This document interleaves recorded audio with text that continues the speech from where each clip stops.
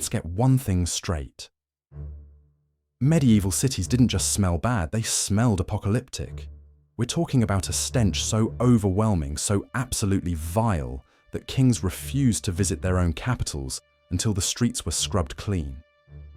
This wasn't your typical garbage day odor, or the whiff of something funky in your fridge. This was an assault on every sense, a wall of putrid air so thick you could practically taste it. These weren't quaint little villages with flower gardens and babbling brooks. These were urban nightmares where 10,000 people crammed together produce nearly 1 million litres of human waste every single year. And that's before we even count the animals. When we imagine medieval life, we often picture romantic cobblestone streets, charming market squares, and nobles strolling through picturesque towns. But the reality was far more brutal. Medieval cities were biological disasters waiting to happen, places where the very air you breathed could make you sick. No sewage systems, no waste management, no understanding of bacteria or hygiene. Just thousands of people and animals packed into spaces never designed to handle them, creating a perfect storm of filth that would make modern garbage dumps seem like luxury resorts. Today we're diving deep into the trenches of medieval urban life to uncover exactly why these cities reeked like nothing you've ever experienced, and how people somehow managed to survive in conditions that would send health inspectors running for the hills. We're going to explore the shocking scale of waste production, meet the brave souls who cleaned it up, and discover the desperate measures people took to cope with living in what can only be described as open-air sewers. The numbers alone will blow your mind. In a typical medieval city with just 10,000 residents, the daily waste output was staggering beyond belief. Every single day, these people produced enough urine and feces to fill multiple swimming pools. We're talking about 900,000 litres of excrement and nearly 3 million litres of urine annually. That's not a typo. 3 million litres of urine every year from one moderately sized city. And remember, this was long before anyone had figured out underground sewage systems or modern plumbing. Every drop of that waste had to go somewhere, and that somewhere was usually the nearest convenient spot. But human waste was just the beginning of this olfactory nightmare. Medieval cities weren't just home to people, they were packed with livestock. Pigs wandered the streets like stray dogs. Horses pulled carts and left massive piles of dung wherever they pleased. Cows, chickens and goats lived alongside families in cramped quarters. Each of these animals contributed their own substantial portion to the city's daily waste output. A single horse produces roughly 25 pounds of manure per day, and medieval cities had hundreds of them clip-clopping through the streets, leaving steaming piles in their wake. The sheer concentration of bodies made everything worse. Take medieval London, for example, a city where roughly 80,000 people were crammed inside the old Roman walls like sardines in a can. These weren't spacious suburban neighbourhoods with nice lawns and privacy fences. We're talking about narrow, twisting streets, barely wide enough for 2 people to pass, lined with towering, half-timbered houses that stretched 3 or 4 stories high. Families lived stacked on top of each other in buildings that blocked out most sunlight and trapped every smell imaginable. Living conditions were beyond basic. They were primitive. Most homes lacked what we would consider essential amenities. No running water, no toilets, no garbage collection. People cooked, ate, slept, and relieved themselves in spaces smaller than modern studio apartments, often sharing these cramped quarters with extended family members, servants, and sometimes even their livestock. The concentration was so intense that waste accumulated faster than anyone could possibly manage it, creating a perpetual cycle of filth that seemed impossible to break. So where did all this waste actually go? The primary solution, if you can call it that, was the cesspit system, a network of underground holes that served as the medieval equivalent of septic tanks, except far more disgusting and dangerous. A cesspit was essentially just a hole in the ground, covered by a wooden structure called a privy or outhouse. These pits were strategically placed under cellar floors or in house yards, connected to the living spaces above by wooden chutes that carried excrement down into the depths below. The wealthy had private latrines attached directly to their homes, complete with fancy wooden seats and sometimes even crude, flushing mechanisms powered by rainwater.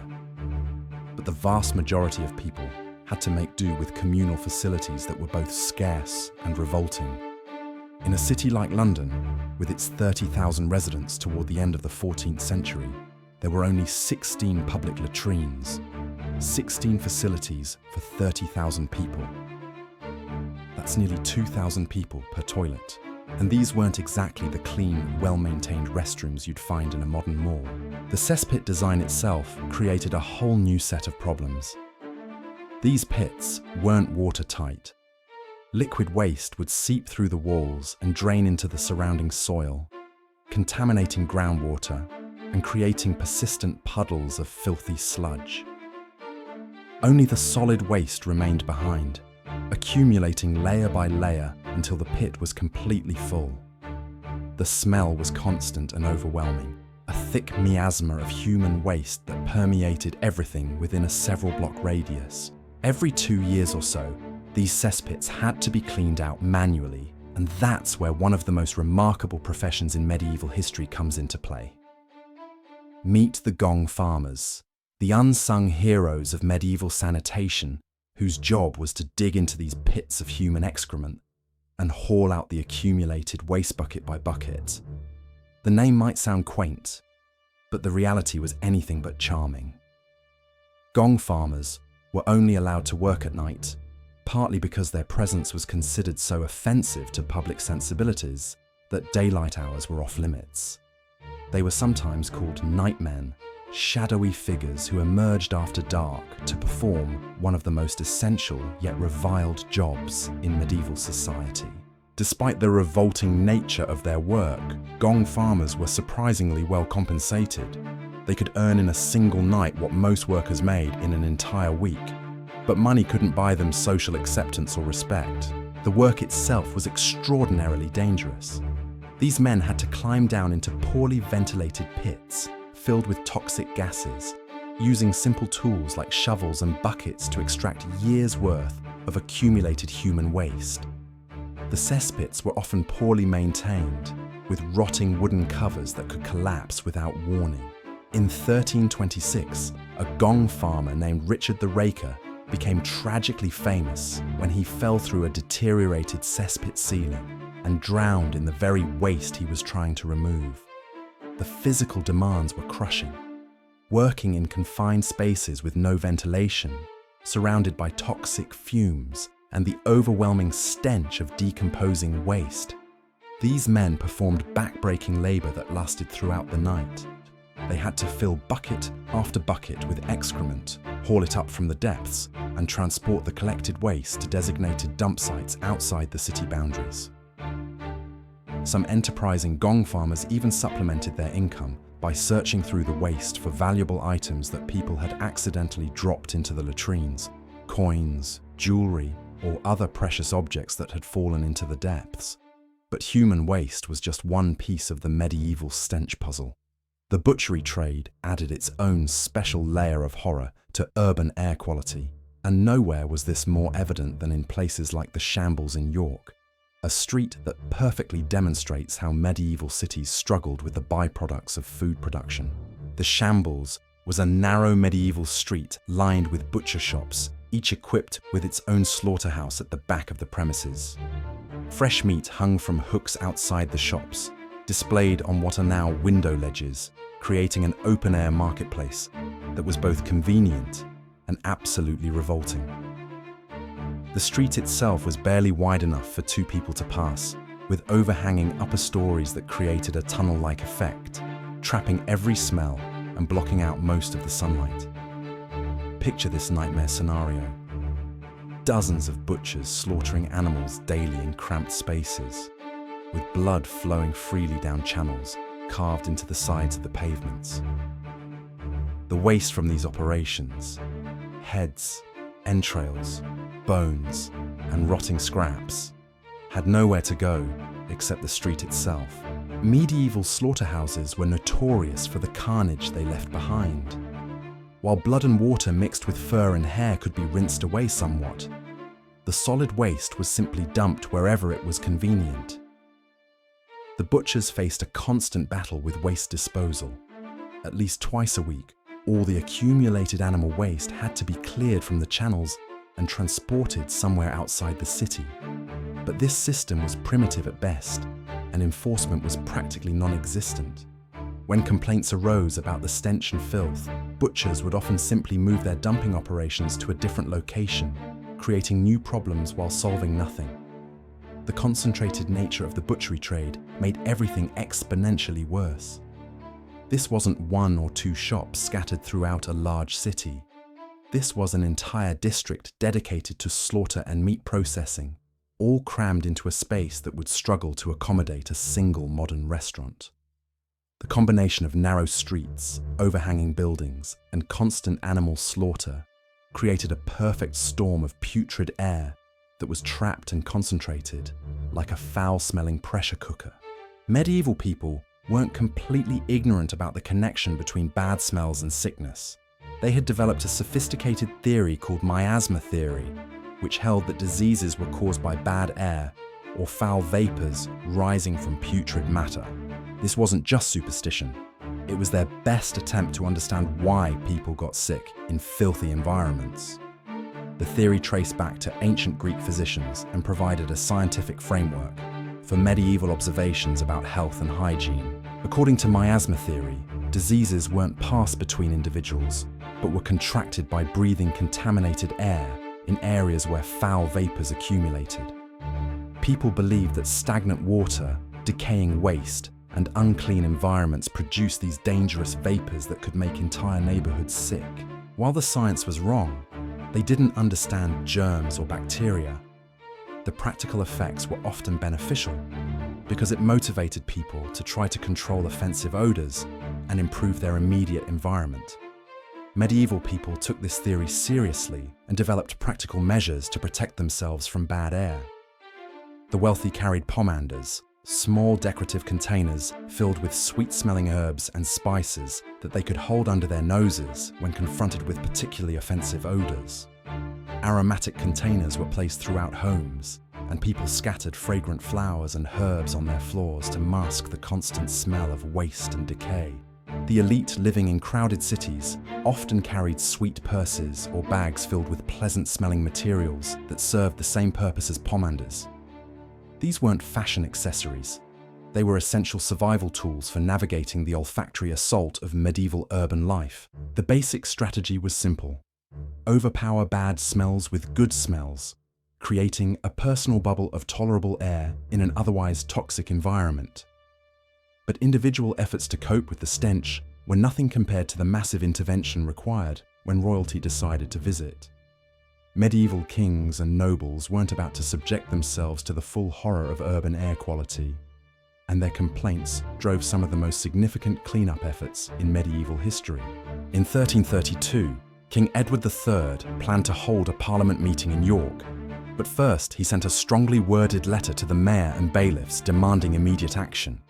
The king complained about the abominable smell that pervaded the city more than any other place he had visited, specifically citing the dung, manure, and filth that clogged the streets and lanes. He ordered a complete cleaning of the city before his arrival, essentially demanding that decades of accumulated waste be cleared in a matter of weeks. This wasn't an isolated incident.